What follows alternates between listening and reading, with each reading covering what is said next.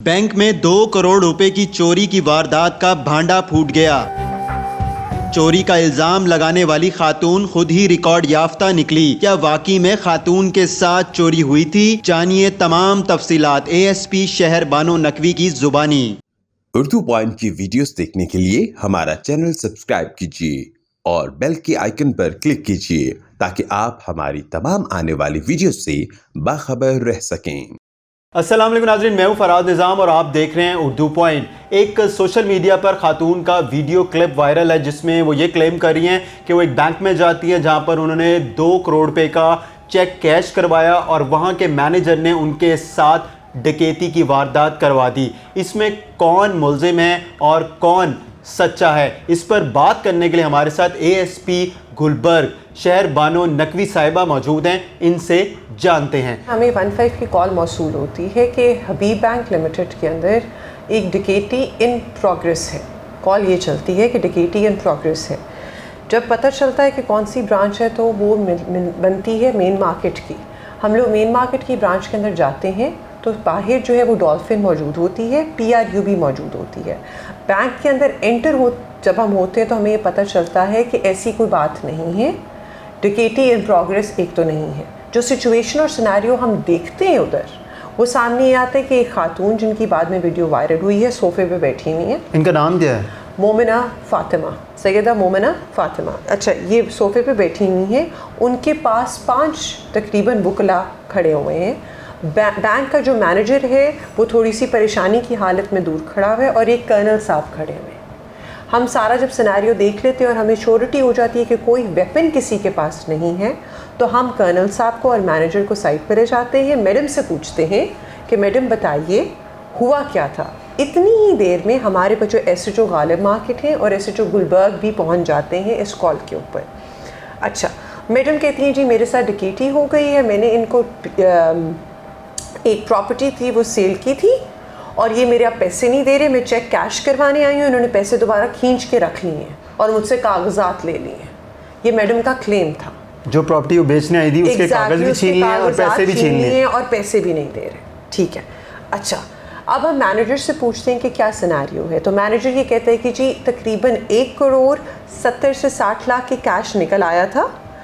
वहाँ जाके कर्नल साहब को ये महसूस हुआ कि मैडम के पास कागजात हैं ही नहीं या कागजात में कोई इशू है, जो उन्हें लगा है कि कोई चीज़ ठीक नहीं है। जिस तरह आपको फीलिंग आ जाती है ना कि something might be wrong in the scenario.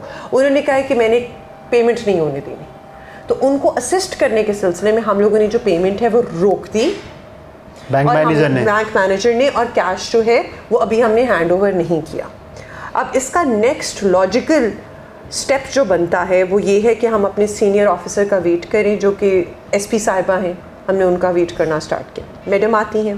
दूसरा लॉजिकल स्टेप ये बनता है कि जो पैसे निकाल चुके हैं वो कैश की फॉर्म में, क्योंकि बहुत बड़ी अमाउंट है तो उसको काउंट किया जाए कि वो पूरे हैं, अभी किसी और पार्टी के पास तो नहीं है, क्योंकि बाद में वो थेफ्ट या कोई और क्लेम कर सकते हैं कि जी पैसे चोरी हो गए। ठीक है ना, वो एक और इल्ज़ाम तराशी शुरू हो जाए और एक और स्टोरी बन जाए। अच्छा, कैश की टोटल अमाउंट काउंट की जाती है तो कैश मौजूद होता है, बैंक के अंदर कंप्लीट होता है। ठीक है, वो बैंक की कस्टडी में ही रहता है, वो आप लोग देखते हैं जी। खातून से पूछा जाता है कि क्या सिनेरियो है, दोबारा वो यही बात रिपीट करती है। कर्नल साहब से पूछा जाता है, वो कर्नल साहब बहुत काम होते हैं और कहते हैं कि जी ये खातून जो है इनकी हिस्ट्री जो नहीं है वो भी थोड़ी सी चेकड लग रही है और कुछ ठीक नहीं है यहाँ। ठीक है, मैनेजर भी जो है वो भी उस टाइम तक काम डाउन हो चुका होता है। उस टाइम डिसीजन ये होता है, SP साहिबा सुनती हैं पार्टीज़ को, वो कहती हैं कि इनको ट्रांसफ़र किया जाए थाने ताकि इसको फर्दर इंक्वायर किया जाए, जिस तरह हर पार्टी का हम लोग करते हैं ऑन 15 कॉल। थाने पार्टीज़ पहुंचती हैं, सामने ये आता है कि जी खातून उस टाइम तक हमारी नज़र में ये है कि ज़्यादती हो गई खातून के साथ, ओहो खातून के साथ ज़्यादती हो गई। हम कहते हैं हम FIR ज़रूर रजिस्टर करेंगे, FIR ज़रूर रजिस्टर करेंगे क्योंकि आपके साथ ज़्यादती हो रही है। ये इस सिनेरियो के अंदर FIR रजिस्टर होती है। बाद में चीज़ ये सामने आती है कि जो मैडम है वो खुद फ्रॉडुलेंट एक्टिविटीज़ में इन्वॉल्व है।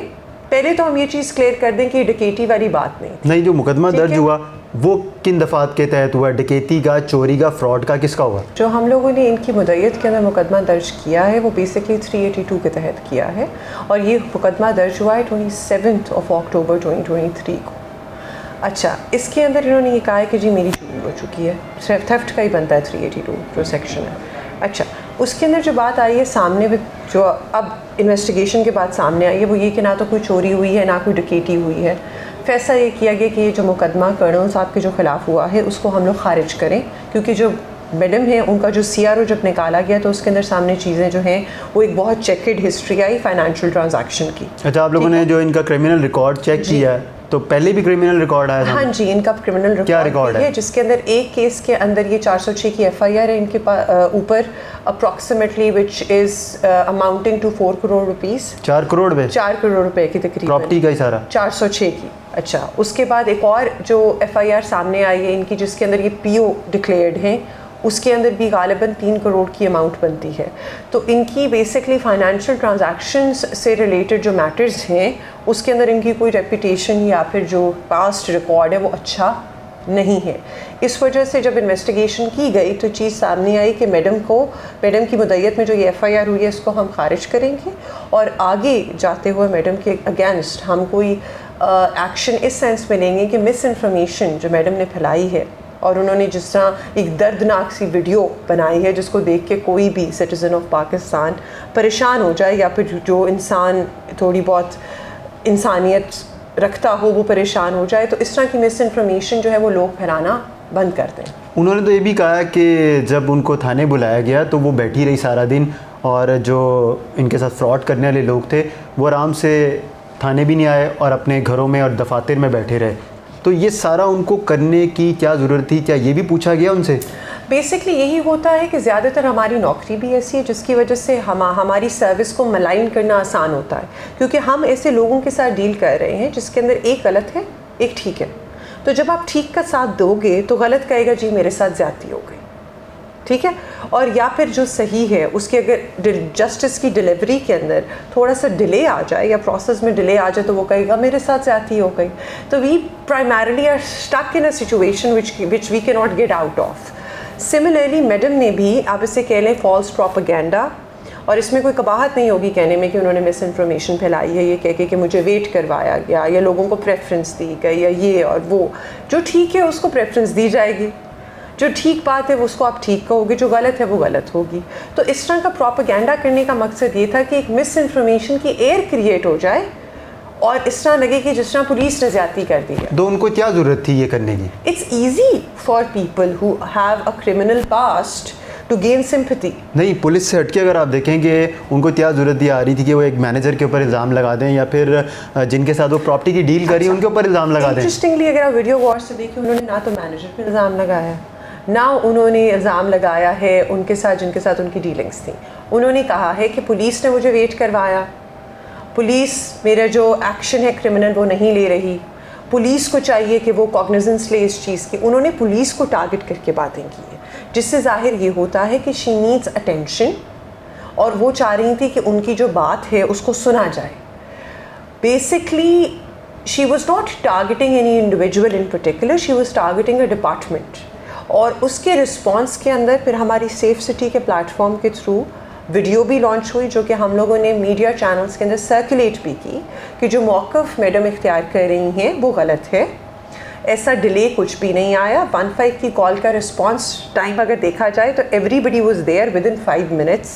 5 मिनट के अंदर अंदर सारे उधर मौजूद थे, मुतल्लिका अफसरान जो हैं, और एडिक्वेट टाइम दिया गया। और अगर पुलिस लैक करती या पुलिस जस्टिस देने में कह लें कि डिले करती तो मैडम की मुद्दत में पर्चा ही ना होता, या अगर पुलिस का अल्टीरियर मोटिव होता तो मैडम की मुद्दत में पर्चा क्यों होता? मुद्दई ही मैडम है FIR की। तो इसी से शो हो जाता है कि जो पुलिस का एंड है इट्स प्रिटी क्लीन। उनका जहाँ तक मोटिव का ताल्लुक है तो any criminal minded person would be able to do such a thing in order to garner attention. It's a form of propaganda.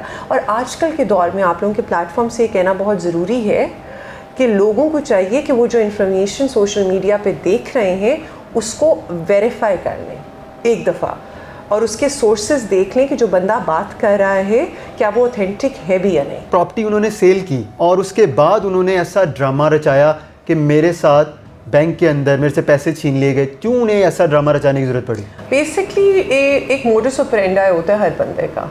जो कि क्रिमिनल माइंडेड होता है, उसका एक तरीका होता है वारदात करने का, उसका एक तरीका होता है, प्रोसेस होती है जिसके थ्रू वो अपना एक क्रिमिनल एक्शन करता है। और इंटरेस्टिंगली हर क्रिमिनल माइंडेड पर्सन का एक पैटर्न होता है।